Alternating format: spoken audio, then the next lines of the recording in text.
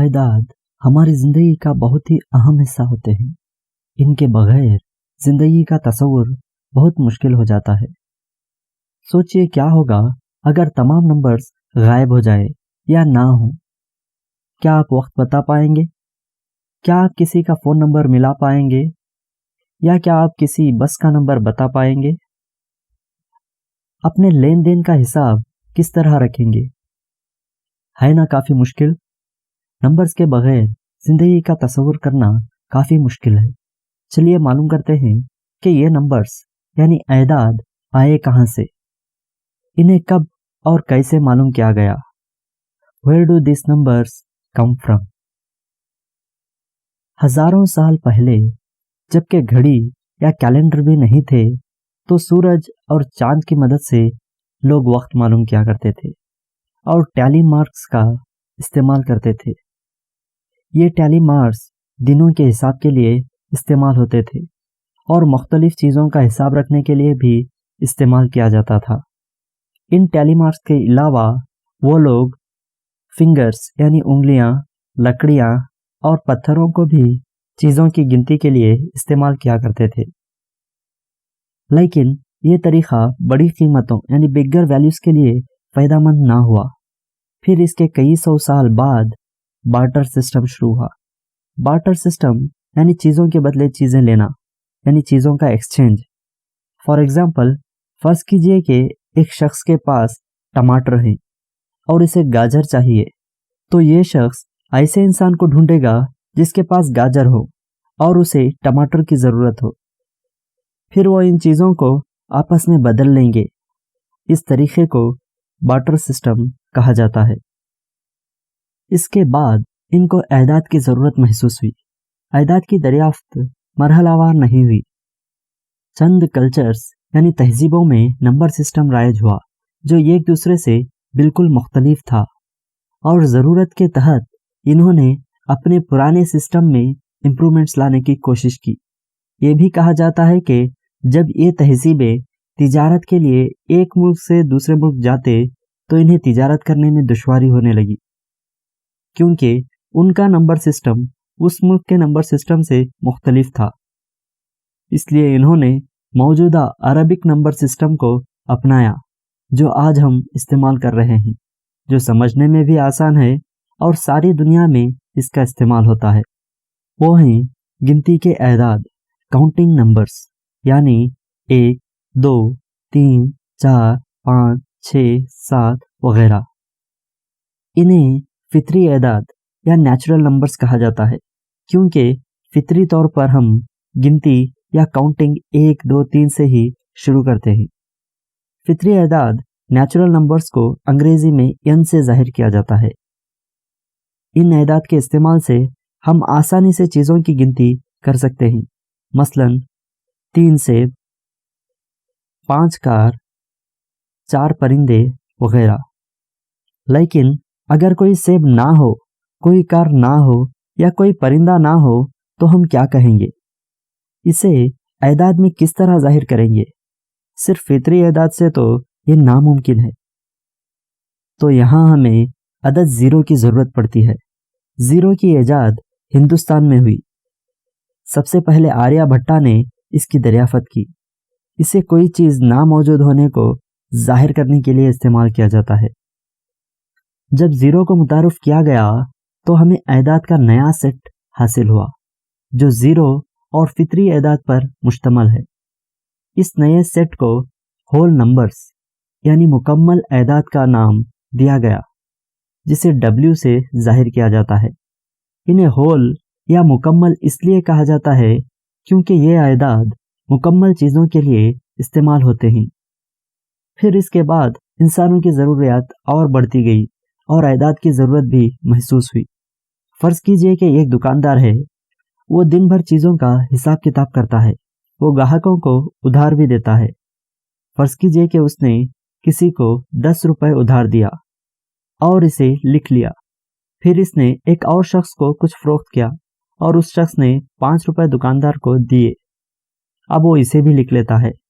شام میں جب وہ حساب کرنے کے لیے بیٹھا تو اسے حساب کرنے میں دشواری محسوس ہوئی۔ وہ سوچنے لگا کہ یہ 10 रुपए उसने ग्राहक को दिए या ग्राहक ने उसको दिए। इसी तरह 5 रुपए उसने ग्राहक को खर्च दिया या ग्राहक ने उसको दिया। तो इस तरह की परेशानी को दूर करने के लिए प्लस और माइनस की अलामतों का इस्तेमाल होने लगा, यानी जमा और नफ़ी की अलामतों का इस्तेमाल किया गया, जिससे दुकानदार उसे मिलने वाले पैसों को प्लस की अलामत के साथ लिखने लगा और जो पैसे उसने दूसरों को दिए या खर्च दिए उसे माइनस की अलामत से लिखने लगा। क्योंकि पैसे देने से कम होते हैं, इसलिए माइनस की अलामत को इस्तेमाल करना बेहतर समझा गया। इस तरह अददी निज़ाम में और नए अहदाद शामिल हो गए जो थे नेगेटिव नंबर्स, मुनफी अहदाद, नफ़ी 1, नफ़ी 2, नफ़ी 3, नफ़ी 4 वगैरह। इन्हें सिफर से कम दर्जे हरारत को जाहिर करने के लिए भी इस्तेमाल किया जाता है। इन अहदाद के सेट को इंटीजर्स या सही अहदाद कहा जाता है। 1, 2, 3, 4 वगैरह को मुसब्बित सही अहदाद यानी पॉजिटिव इंटीजर्स कहा जाता है और -1, -2, -3, -4 वगैरह को मुनफी सही अहदाद या नेगेटिव इंटीजर्स कहा जाता है। सही अहदाद के सेट को Z से जाहिर किया जाता है। Z जर्मनी लफ्ज़ ज़हलन से लिया गया है, जिसका मतलब होता है नंबर। क्या आप समझते हैं कि अहदाद यहाँ पर ख़त्म हो गए? नहीं। फर्ज कीजिए कि एक एप्पल है और इसे 2 मसावी हिस्सों में तकसीम किया गया है और इसका एक हिस्सा आप खा चुके हैं। क्या आप बता सकते हैं कि अब सेब का कितना हिस्सा बाकी है? क्या आप इन अहदाद की मदद से इस हिस्से को जाहिर कर सकते हैं? नहीं। हमें यहाँ पर और दीगर अहदाद की ज़रूरत होती है इस आधे हिस्से को जाहिर करने के लिए, जिसे हम 1/2 लिख सकते हैं, यानी हमें कसर या फ्रैक्शंस की ज़रूरत होती है। इस तरह के कसरी अहदाद को रैशनल नंबर्स या नातिक अहदाद कहा जाता है। इन्हें इस तरह भी जाहिर किया जा सकता है। पहले सेट में तकसीम इख्तिताम पजीर है, जबकि दूसरे सेट में तकसीम इख्तिताम पजीर नहीं है। नातिक अहदाद या रैशनल नंबर्स के सेट को Q से जाहिर किया जाता है। Q कोशेंट यानी खारिज किस्मत को जाहिर करता है। कोशेंट या खारिज किस्मत वो अदद होता है जो एक अदद को दूसरे अदद से तकसीम करने पर हासिल होता है। आपके लिए एक सवाल है, क्या सही अहदाद नातिक अहदाद हो सकते हैं? Can an integer be a rational number? हाँ, तमाम सही अहदाद नातिक अहदाद भी हो सकते हैं, क्योंकि इन्हें बटे 1 की शक्ल में लिख सकते हैं। तो हम कह सकते हैं कि अब तक सीखे गए तमाम अहदाद रैशनल या नातिक अहदाद हैं। क्या इनके अलावा भी और कोई अहदाद हैं? हाँ, ऐसे अहदाद जिन्हें हम कसर की शक्ल में नहीं लिख सकते, या ऐसे अहदाद जिनकी तकसीम गैर इख्तिताम पजीर और नॉन रिपीटिंग पैटर्न पर मुश्तमल हो।